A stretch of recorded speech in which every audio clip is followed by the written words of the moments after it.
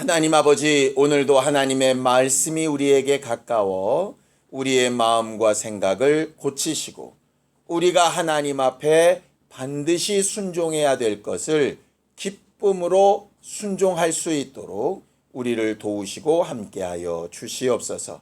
믿음으로 언금한 손길들 위에 복을 주셔서 저들이 하나님 앞에 물질을 사용하는 능력을 말씀대로 순종하는 것처럼 저들의 일생 동안 주신 모든 기회와 능력을 하나님의 말씀을 따라 잘 사용하고 선택할 수 있도록 복의 복을 더하여 주시옵소서.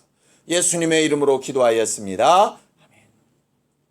하나님의 말씀은 마태복음 5장 1절에서 7절까지 말씀을 함께 같이 합독하겠습니다. 마태복음 5장 1절에서 7절까지 함께 읽습니다. 시작. 예수께서 무리를 보시고 산에 올라가 앉으시니 제자들이 나아온지라. 입을 열어 가르쳐 이르시되 심령이 가난한 자는 복이 있나니 천국이 그들의 것이며 애통하는 자는 복이 있나니 그들이 위로를 받을 것이며 온유한 자는 복이 있나니 그들이 땅을 기업으로 받을 것이며 의에 줄이고 목마른 자는 복이 있나니 그들이 배부를 것이며 긍휼히 여기는 자는 복이 있나니 그들이 긍휼히 여김을 받을 것임이라. 아멘. 우리는 지난주에 이어서 오늘도 긍휼이라고 하는 것에 대해서 배우려고 합니다.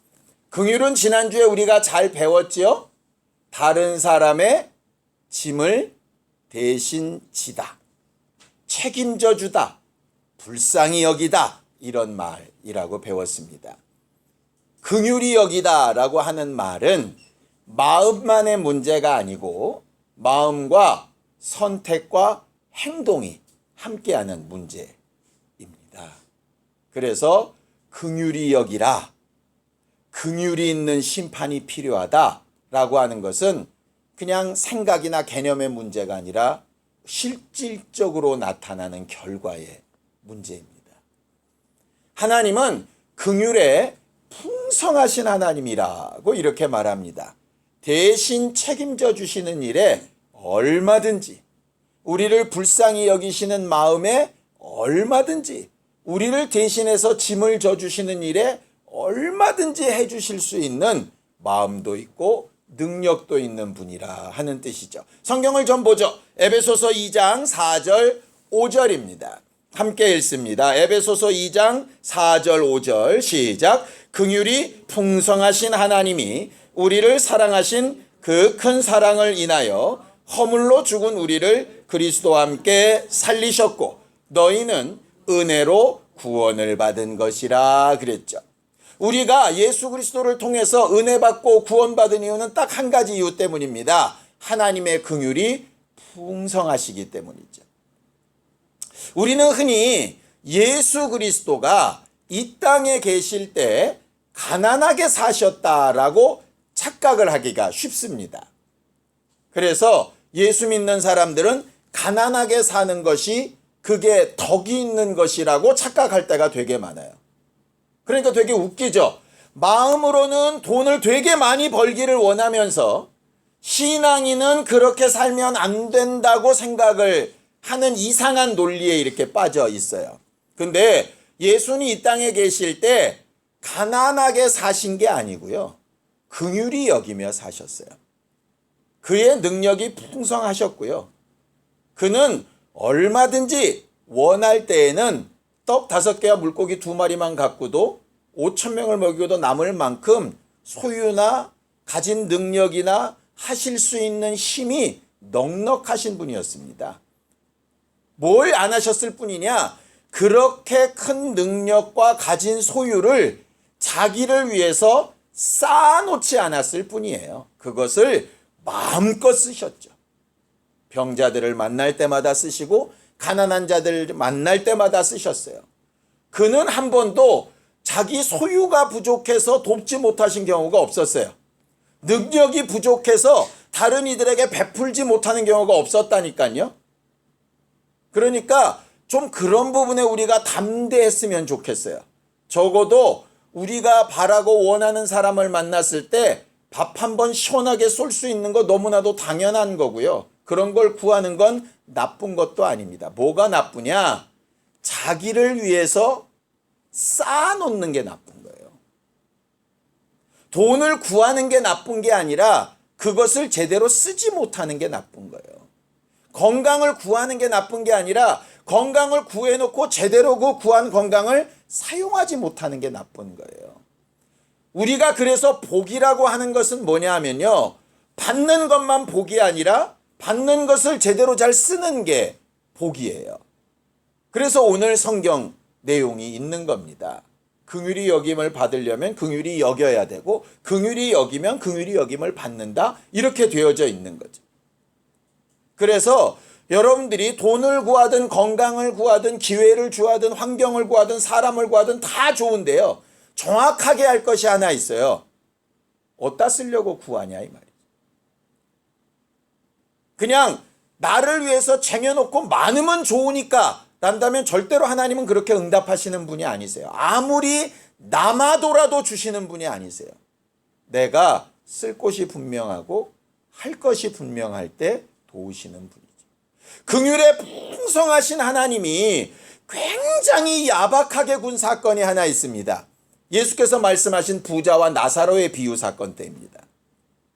부자는 이 땅에서 자기를 위하여 엄청나게 쌓아두고 살다가 죽고 음부에 갔던 사람입니다. 그 음부에 갔던 부자가 굉장히 괴로워하죠. 불꽃 가운데서. 그래서 낙원에 있는 아브라함에게 이렇게 요청을 합니다. 뭘 요청합니까? 나사로의 손가락 끝에 물 한 방울만 찍어서 내 혀에 좀 대달라고 얘기를 합니다. 얼마나 불쌍합니까? 물 한 컵도 아니고 물 한 수저도 아니에요. 그냥 물 한 방울이에요. 물 한 방울. 그런데 뭐라 그러느냐? 안 된다는 거예요. 안 된다는 거예요. 제가 볼 때 가장 불쌍한 사람이에요. 아니 긍휼에 풍성하시다며 하나님은. 남아 도신다며. 남아 도는 거 그냥 좀 주면 얼마나 좋아 이렇게 생각하는데 그렇지 않다는 거예요. 왜냐? 하나님이 가지신 은혜가 하나님이 가지신 사랑이 그렇게 아무렇게나 줄 수 있는 값어치 없는 게 아니라는 거죠. 우리는 그래서 자꾸 하나님의 은혜를 오해하는 거예요. 값없이 주는 선물이니까 대충 와서 졸다가도 은혜를 주시고 대충 그냥 와가지고 마음도 없이 그냥 덜렁덜렁 해도 뭐가 떨어지고 이렇다고 착각을 하는 거예요. 마치 부모가 날 낳아놨으니 책임지겠지 뭐 이런 느낌이에요. 근데 하나님은 그렇게 안 하신다 이 말이에요. 성경을 좀 볼까요? 자, 출애굽기 33장 19절입니다. 출애굽기 33장 19절 함께 같이 합독하겠습니다. 함께 읽습니다. 시작. 여호와께서 이르시되 내가 내 모든 선한 것을 내 앞으로 지나가게 하고 여호와의 이름을 내 앞에 선포하리라. 나는 은혜 베풀 자에게 은혜를 베풀고 긍휼히 여길 자에게 긍휼을 베푸느니라 그랬어요. 이 말은 뭐냐? 하나님이 은혜가 많으셔도 긍휼이 많으셔도 은혜 받을 만한 사람이 아니면 은혜를 줄 수 없다. 긍휼을 받을 만한 사람이 아니면 긍휼히 여길 수 없다예요. 예를 들어 이거죠. 부모가 자식을 아무리 사랑해도 손에 똥이 묻은 아이한테 그 손에 음식을 줄 수 없는 것과 똑같은 거예요. 이빨이 왕창 써가지고 치료받고 있는 애한테 아이가 좋아한다고 초콜릿을 입에다 물려줄 수 없는 것과 마찬가지 이치라니까요. 우리는 하나님 앞에 뭔가 얻으면 좋다고 생각하는데요. 하나님은 얻을 수 있는 자격이 되기를 원하시는 거예요. 그 자격이 율법에서 얘기하는 것처럼 굉장히 의롭고 실수가 없고 완전하고 뭐 이런 거 아닙니다. 만약에 은혜 받을 만한 자가 그런 자라면 우리는 절망이에요. 긍휼히 여길 만한 자가 그런 자라면 절망이라고요. 이 세상에서 가장 불쌍한 사람이 은혜 받지 못하고 긍휼히 여김을 받지 못한 사람이거든요. 제가 아버지 회사에 다닐 때 불쌍한 사람들 굉장히 많이 봅니다. 제가 볼 때 제일 불쌍한 사람이 누구라고 생각을 하느냐면요. 부도 맞은 사람이요. 부도를 낸 사람은 너 지가 잘못했으니까 그럴 수 있다고 치는데 정말 성실하게 일하고 정말 열심히 일했던 사람이에요. 공장, 물건 만들어서 납품을 했어요. 요즘도 주는지 모르겠는데 제가 그 당시에는 어음 받았거든요. 한 90일 후에 2천만 원 준다고. 그러니까 그거 이렇게 갖고 왔는데 그 다음 물건을 만들려니까 돈이 없는 거예요. 그러니까 우리 회사에 와가지고 그 어음 맡기고 대출을 받아가는 거예요. 그러니까 90일 후에 몇 천만 원 들어오니까 그보다 적은 금액을 주고 이자를 이렇게 계속 내가면서 하는데 정작 그날이 됐는데 부도를 띡 맞아버리는 거예요. 그러면 이 사람은 잘못한 것 하나도 없이 물건 내주고 남이 약속을 지키지 않은 것 때문에 부도를 맞은 거죠. 너무 억울해요. 그 사람보다 더 억울한 사람이 누군지 아십니까? 그 사람 보증서 준 사람. 이 사람은 그래도 사업이라도 해서 뭔가 거래처를 자기가 잘못 선택한 결과라도 있지. 이 사람은 그냥 친척이라고 친구라고 믿겠거니 해가지고 보증서 줬다가 이 집도 날아가네. 그런 경우들을 수도 없이 보니까요. 세상에 불쌍한 사람이 너무 많은 거예요. 그래서 이런 생각이 들었어요. 아, 불쌍한 사람이 누굴까? 이게 배신당한 사람이에요. 약속을 이렇게 믿었는데 뒤통수 맞은 사람. 가만히 생각해. 여러분들 언제 열받는가? 나는 믿었는데, 나는 사랑했는데 뒤통수 때리고 등에 칼 꽂는 인간들. 제일 힘들잖아요. 제일 힘들잖아요. 우리가 적어도 신앙생활할 때 하나님 앞에서는 뒤통수 맞으면 안 되지 않겠습니까? 제가 왜 이 말씀을 드리냐 이런 거예요. 자기가 그동안 어려서부터 신앙생활을 해왔으니까 남들과는 다르게 그래도 항상 성실하게는 아니어도 그래도 좀 어느 정도 신앙생활은 했으니까 나는 은혜 받고 구원받고 하나님의 나라에 갔을 거라고 갈 거라고 생각했을 텐데 이게 마지막 판에 뒤통수 맞으면 어떡해요? 그게 내 착각이었으면 어떡하냐? 사기당하는 게 그거 아닙니까? 나는 믿었는데 저쪽이 아닌 거잖아요. 내가 잘못 믿은 거죠. 나쁜 놈인데 나쁜 놈인 걸 모른 거잖아요. 그럼 내가 받은 은혜가 제대로 됐는지는 본인이 확인을 해야 되지 않겠습니까? 하나님께서 약속하신 게 진짜 내게도 해당이 되는지는 확인해 봐야 되지 않겠습니까? 목사 말 믿고 우리 목사님이 그랬어. 나 구원 받았대. 그걸 누구한테 증명할 거예요? 제 앞에 왔던 사람들이 대부분 그럽니다. 아이, 그 사장 그럴 줄 몰랐다고. 누군 알았나? 아이, 내 친구 보증서 준 거 보증만 서주면 아무 문제 없을 거라 그랬다고. 아이, 누구는 그렇게 안 믿었어요?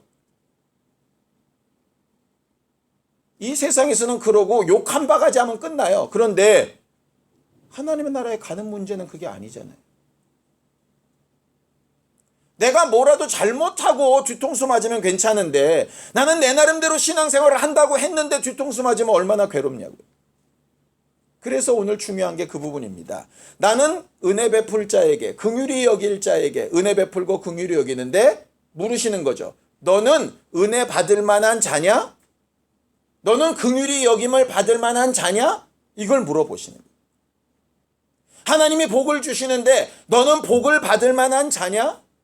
네가 나를 아버지라고 부르는데 넌 진짜 내 아들이냐? 이걸 물어보시는 거예요. 성경에 말하는 말씀이 이 말씀입니다. 그러므로 너희가 믿음에 있는가? 너희 자신을 시험하고 확증해 봐라. 너희가 믿는 바가 진짜 믿음이 맞는지 아니면 그냥 그랬으면 하는 너희의 그냥 바램인지 전혀 다른 문제예요. 그 부자만큼 억울한 사람 하나가 에서입니다. 에서. 성경을 좀 볼까요? 히브리서 12장 16절 17절입니다. 히브리서 12장 16절 17절 함께 읽습니다. 시작. 음행하는 자와 혹 한 그릇 음식을 위하여 장자의 명분을 판 에서와 같이 망령된 자가 없도록 살피라. 너희가 아는 바와 같이 그가 그 후에 축복을 이어받으려고 눈물을 흘리며 구하되 버림받으어 회개할 기회를 얻지 못하였느니라. 재밌는 것은요, 음행하는 자와 에서를 같은 선상에 둔다는 거예요. 음행이 뭡니까? 음행. 여러분들은 안 해봐서 무슨 말인지 잘 모르시는 거군요. 음행이라고 할 때는 이런 겁니다. 자기 본래의 남편이 있는데, 자기 본래의 부인이 있는데, 자기 본래의 남편과 부인 말고 다른 사람과 연애하는 거예요. 그게 음행이에요. 마음과 생각을 뺏기는 거죠. 아예 교제를 말란 얘기가 아닙니다. 무슨 의미인지는 여러분들이 잘 아실 거예요. 꼭 육체 관계가 있어야 되느냐? 그거 아닙니다. 마음과 생각을 뺏기는 거예요. 그게 음행이에요. 성경은 뭐라고 얘기하느냐? 남자와 여자가 가정을 이루는데 하나님이 짝지어 주신 것이기 때문에 절대로 사람이 나눌 수 없다 하셨어요. 그런데 유일하게 이혼이 가능한 경우가 하나 있습니다. 그게 음행이에요. 누구든지 음행한 연고 없이 아내를 버리면, 이렇게 돼 있어요. 무슨 얘기냐면 음행한 연고로는 버린다가 아니라 이미 그 가정은 끝났다예요. 이게 무섭다니까요. 그러니까 법상으로는 부부예요. 이혼 안 했으니까. 그런데 하나님의 입장에서는 부부가 아니라고 보신다고. 이해가 되시나요?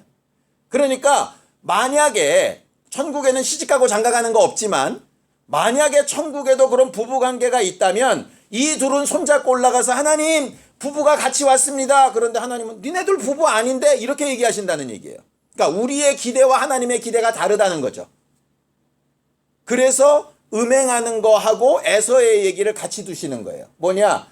에서는 자기가 장자로 났으니까 장자의 권리가 없어지지 않을 거라고 착각했어요. 그래서 단팥죽 한 그릇에서 팔았죠. 그래도 괜찮을 거라고 자기 믿음이 있었어요.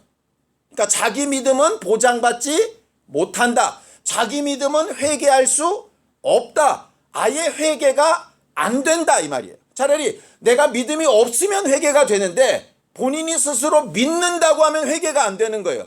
근데 문제는 그걸 잘못 믿고 있는 거죠. 하나님은 구원하신 적이 없다는데 본인은 구원을 받았대요. 구원을 이미 받은 사람이 무슨 회개를 하겠어요? 그렇죠? 하나님의 뜻대로 안 한다고 하나님은 생각하는데 본인은 하나님의 뜻대로 한대요. 하나님의 뜻대로 한다는 사람이 무슨 회개를 하겠냐고. 그러니 하나님 앞에 돌아가서 회복할 수 있는 기회가 없는 거예요. 가장 저주받은 사람이 누군지 아십니까? 자기가 믿음이 있다고 착각하는 사람. 자기가 뭔가 잘하고 있다고 생각하는 사람이에요. 이 정도면 되었지라고 생각하는 자기 믿음이 있는 사람이에요. 그게 가장 저주받은 사람일 수 있어요.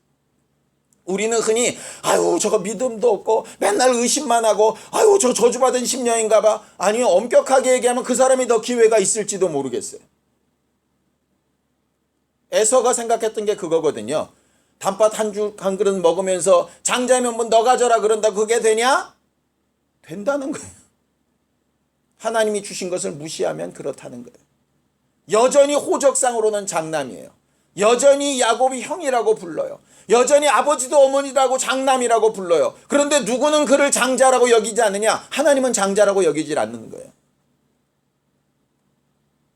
더 적나라하게 얘기할까요? 여러분들을 저를 목사라고 부르는데 하나님은 저를 목사라고 여기지 않으실 수 있다고. 그래서 너 뭐 하다 왔냐? 목회하다 왔습니다. 내 기억엔 너 목회한 적이 없는데 이러면 어떻게 되냐면 그날에. 그래서 오늘이라 일컫는 동안에 하나님의 은혜가 나랑 상관이 있는지, 하나님의 긍휼이 나랑 상관이 있는지, 이건 굉장히 중요한 문제예요. 긍휼은 아까 말씀드렸습니다. 불쌍히 여겨서 대신 짐을 지고 책임져 주는 거예요. 책임져 준다는 얘기가 바로 보증한다는 얘기 아닙니까? 네가 이 세상에는 이 모양 이 꼴로 살아도 내 나라에 오면 내가 반드시 너를 내 아들로 대우해 줄게. 이게 하나님의 긍휼하심인데 그 긍휼하심이 나랑 상관없다면 난 어떻게 해요? 가장 미련한 사람 아닙니까?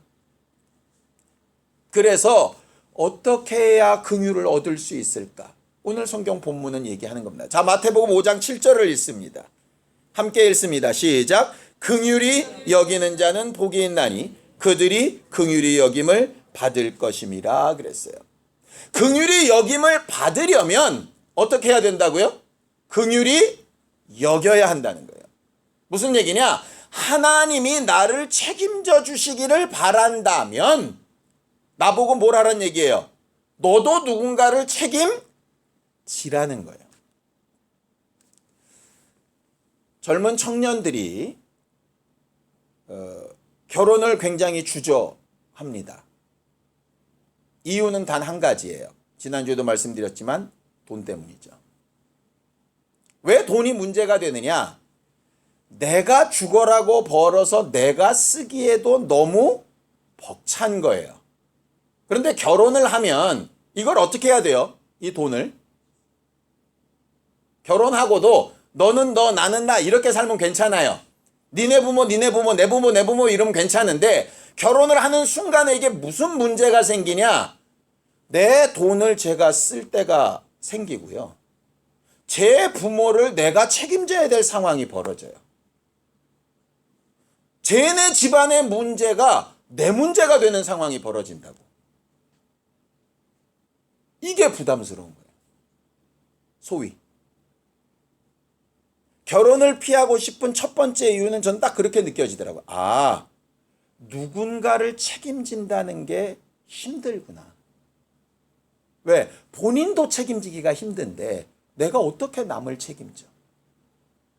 성인인 남자와 성인인 여자가 자기 역할을 하면서 일부 남는 것도 책임지는 게 너무 힘든데 그 사이에서 낳는 애는 처음부터 책임을 다 져야 되는데 내가 어떻게 책임을 져?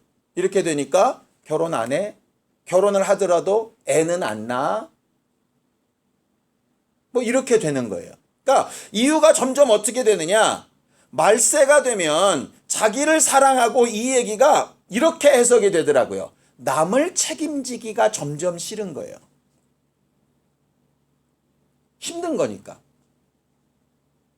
남을 책임지는 건 쉽지 않아요. 그런데 문제는 뭐냐? 하나님은 그 부분을 굉장히 경고하신다는 거죠. 가인이 이렇게 얘기합니다.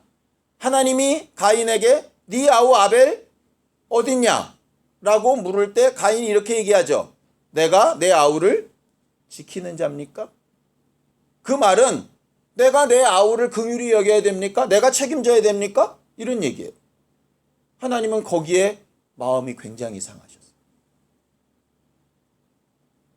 모세가 하나님 앞에 나가서 이렇게 얘기합니다. 하나님, 저 백성을 내가 낳습니까? 저것들 때문에 내가 왜 이렇게 고생해야 됩니까? 하나님께서 마음이 되게 상하셨어요. 하나님이 예수에게 원하셨던 건 자기 사랑하는 사람들을 예수가 대신 십자가 지고 책임져 주기를 원하셨어요. 그리고 새 계명을 주시면서 뭐라고 얘기하느냐?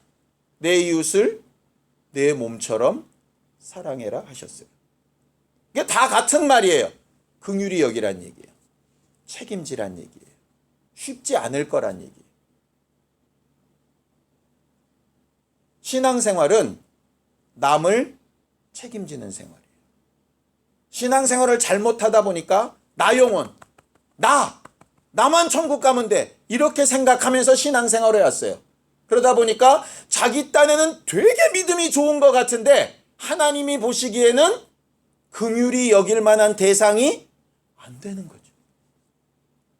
그러니까 자기는 다른 사람과 일반적으로 비교하면 엄청나게 뛰어나게 신앙생활하는 거예요. 성경도 열심히 보죠. 예배도 열심히 오죠. 전도도 열심히 하죠. 헌신도 엄청나게 하죠. 직분도 잘 감당하죠. 누구보다도 열정적으로 신앙생활은 붕붕 날아다니는데 다른 사람을 책임지는 게 없네. 그렇게 되는 거예요. 성경은 그래서 결혼하라는 거예요. 왜냐? 결혼을 통해서 가장 많이 배울 수 있는 게 긍휼히 여기는 겁니다. 자식을 낳아 보라는 거예요. 왜? 자식을 낳아봐서 가장 많이 느낄 수 있는 게 긍휼히 여기는 거. 힘들지 않다는 게 아니에요. 예수 믿는 사람은 애 낳으면 절로 큽니다. 천만에요. 거짓말입니다. 성경은 해산의 수고라는 말을 해요. 그런데 그걸 통해서 가장 배울 수 있는 게 뭐냐면 하나님 앞에 긍휼히 여김을 받는 방법이에요. 성경을 좀 보죠. 야고보서입니다. 2장 13절입니다. 함께 읽습니다. 야고보서 2장 13절 시작. 긍휼을 행하지 아니하는 자에게는 긍휼 없는 심판이 있으리라. 긍휼은 심판을 이기고 자랑하느니라. 이거 굉장히 중요한 말씀입니다. 긍휼히 여기지 않는 자에게는 긍휼 없는 심판이 있습니다. 무슨 얘기냐? 긍휼히 여기지 않는 자에게는 모든 책임을 다 그 사람 자신에게 묻겠다는 거예요. 예수가 대신 져주신 일들이 몽땅 다 무효가 된다는 얘기예요. 이걸 예수는 다른 말로 뭐라고 얘기하시는지 아십니까? 너희가 네 죄든지 사하면 사하여질 것이다. 사하지 않으면 그대로 있을 거다. 주기도에 가르쳐 주신 것처럼 너희가 다른 사람의 죄를 용서한 것처럼 너희 죄도 용서를 받을 거다. 결국 그 얘기예요. 네가 다른 사람을 긍휼히 여기고 책임지면 나도 너를 책임져 줄게. 이게 하나님의 방식이에요. 근데 우리는 어떻게 생각했냐? 하나님이 나에게 은혜 베푸시 나는 주 앞에 갚습니다. 자꾸 이렇게만 했어요. 하나님은 네가 다른 사람을 책임지면 내가 너를 책임져 줄게. 이 얘기예요. 그러니까 신앙생활 절대로 혼자 할 수 없죠. 가족과 같이 가야죠. 내 자손들과 함께 해야죠. 왜냐? 적어도 남에게 긍휼을 베푸는 것보다는 자식한테 긍휼을 베푸는 게 훨씬 쉽거든요. 목사인 저도 그런 얘기 자주 합니다. 집사님들 가정이나 집사님들 일 때문에 막 고민하고 저희 전사모랑 막 얘기하다가 마지막 결론이 이렇게 돼요. 아이고 어쩔 수 없지 뭐. 내 새끼도 아니고. 이렇게 말이 되더라고. 저도 어쩔 수가 없어요. 왜? 그렇게까지 다 신경 쓰면 저도 머리가 터질 것 같으니까. 그런데 이게 내 자식은 그게 안 돼요. 아우 지할 또리지 뭐 이렇게가 잘 안 되더라고 이게.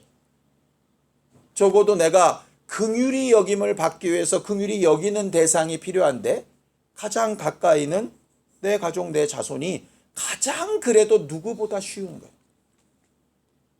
그래서 자기 자식을 위해서, 가정을 위해서 기도하라는 거예요. 어떻게 긍휼히 여기면 되느냐? 이렇게 긍휼히 여기라고 아주 구체적으로 얘기를 합니다. 유다서 1장 22절 23절입니다. 유다서 1장 22절 23절 함께 읽습니다. 시작. 어떤 의심하는 자들을 긍휼히 여기라. 또 어떤 자를 불에서 끌어내어 구원하라. 또 어떤 자를 그 육체로 더럽힌 옷까지도 미워하되 두려움으로 긍휼히 여기라. 우리는 긍휼히 여기라 그러니까 우리 앞에 와가지고 막 잘못했다고 하는 사람, 불쌍해 보이고 뭐 이런 사람 이런 게 아니라 어떤 자까지 긍휼히 여기냐? 의심하는 자. 말하면 더럽게 안 믿고 지 생각만 따박따박 얘기하는 자. 그런 자까지 긍휼히 여기라. 어떻게 긍휼히 여기냐? 그럴 수 있어. 다 괜찮아. 이렇게 여기는 게 아니라 그 뒤에 보면 그 육체로 더럽힌 옷까지도 미워하되. 무슨 얘기냐? 어떤 행동이 죄면 그 죄를 미워하는 건 당연하고 그렇게 잘못된 죄를 지는 행동을 할 때 입고 있었던 옷까지도 미워할 만큼 잘못된 건 분명하게 인식하되 긍휼히는 여기라.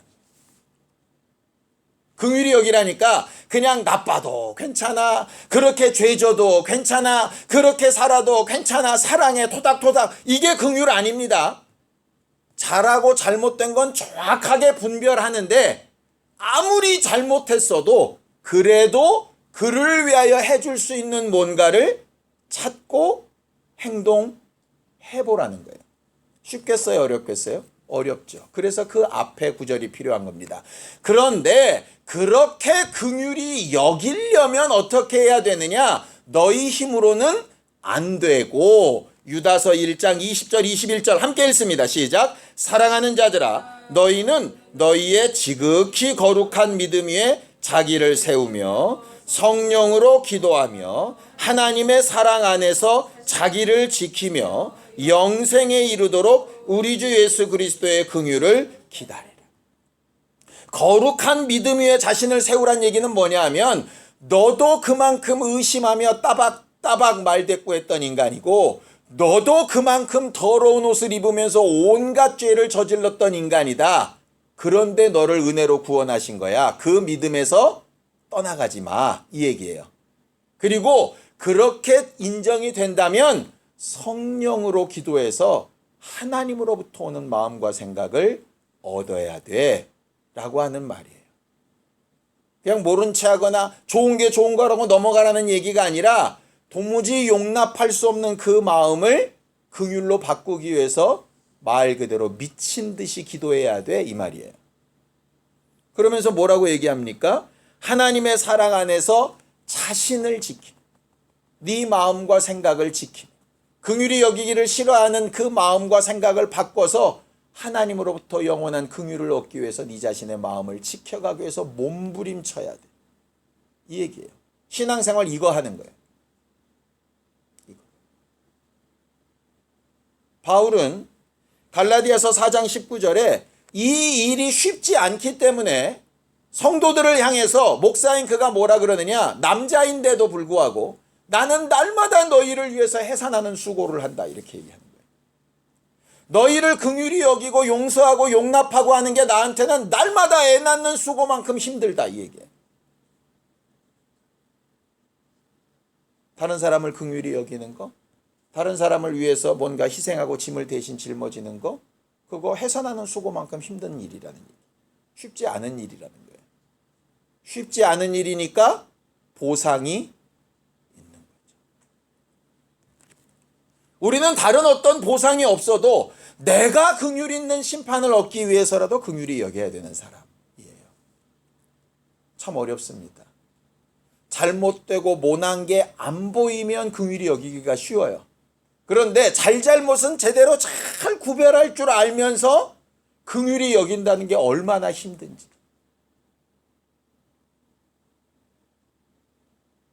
가진 게 없어서 겸손하게 사는 건 괜찮아요. 근데 가진 게 엄청 많으면서 그거를 자랑 안 하며 사는 게 얼마나 힘든지. 쉽지 않죠. 성경은 그래서 우리한테 1만 달란트 빚진 비유를 얘기하는 거예요. 너희가 어떤 상태에서 긍휼함을 얻었고 어떤 상태에서 용서받았는지를 좀 제발 잊지 말고 하나님의 도우심을 좀 얻으라는 거예요. 성경에서 여러분들은 이런 얘기를 많이 들었을 겁니다. 내가 기뻐하는 금식은 이라고 하는 말씀이 있어요.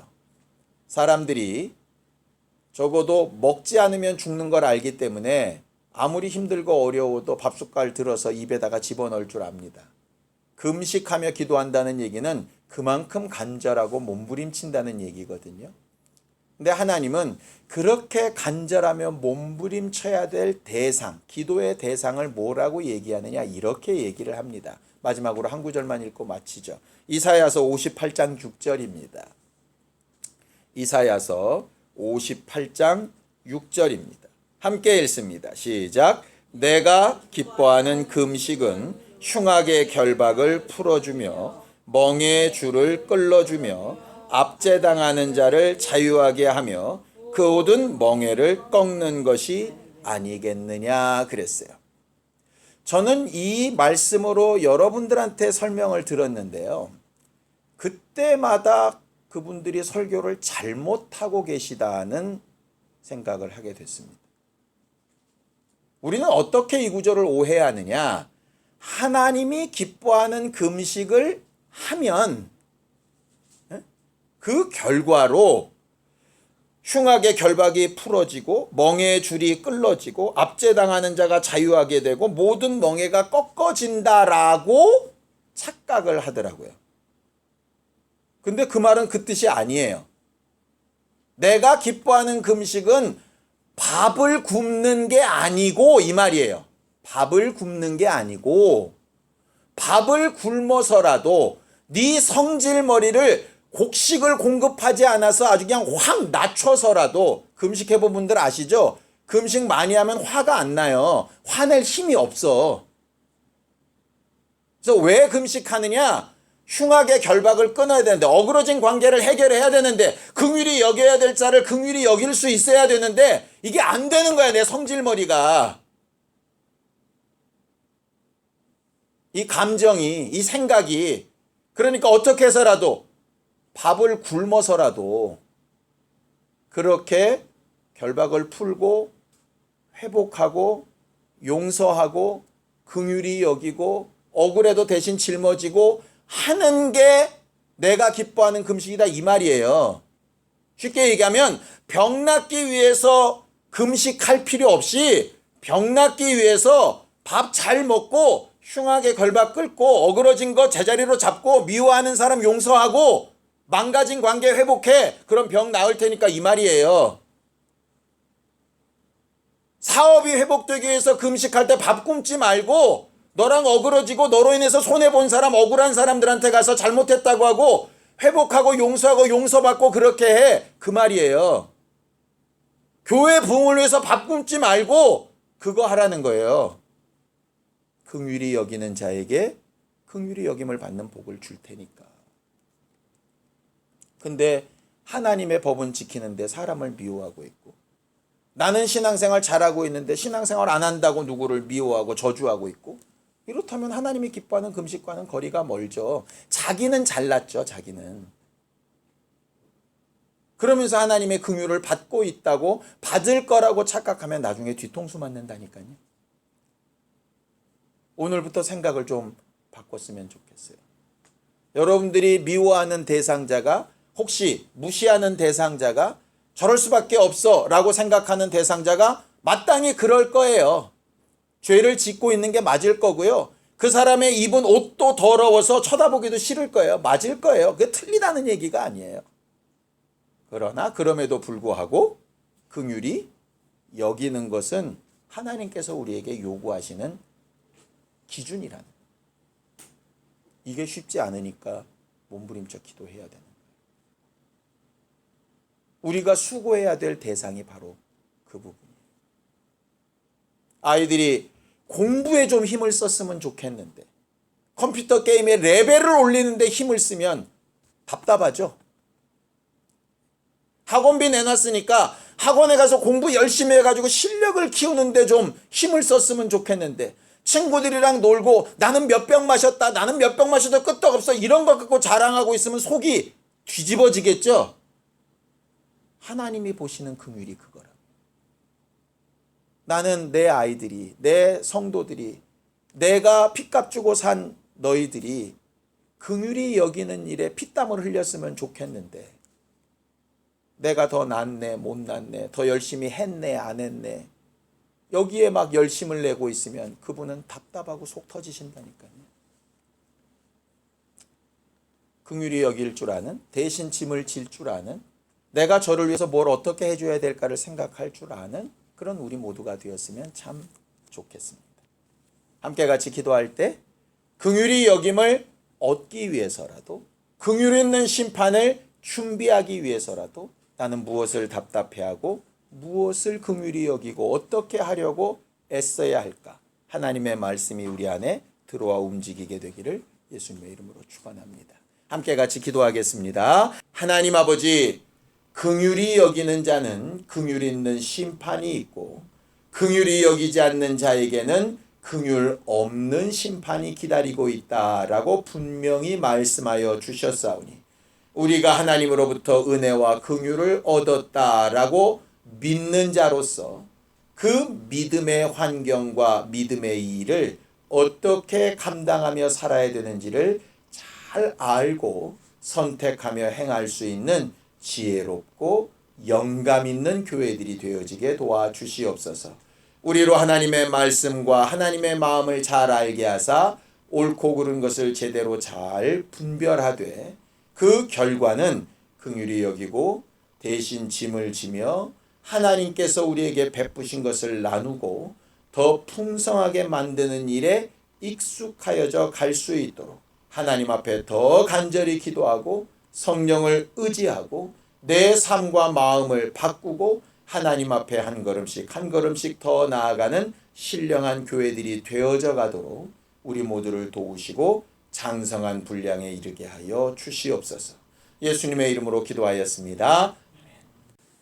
이제는 우리 주 예수 그리스도의 은혜와 하나님 아버지의 극진하신 사랑과 성령님의 감동하시고 함께하시는 분명한 증거가 긍휼 있는 심판을 기대하고 하나님께서 우리에게 약속하신 그 믿음을 소유하기 위하여 긍휼히 여기며 살기를 작정하는 우리 모두 위에 이제부터 영원까지 함께 있을지어다. 아멘.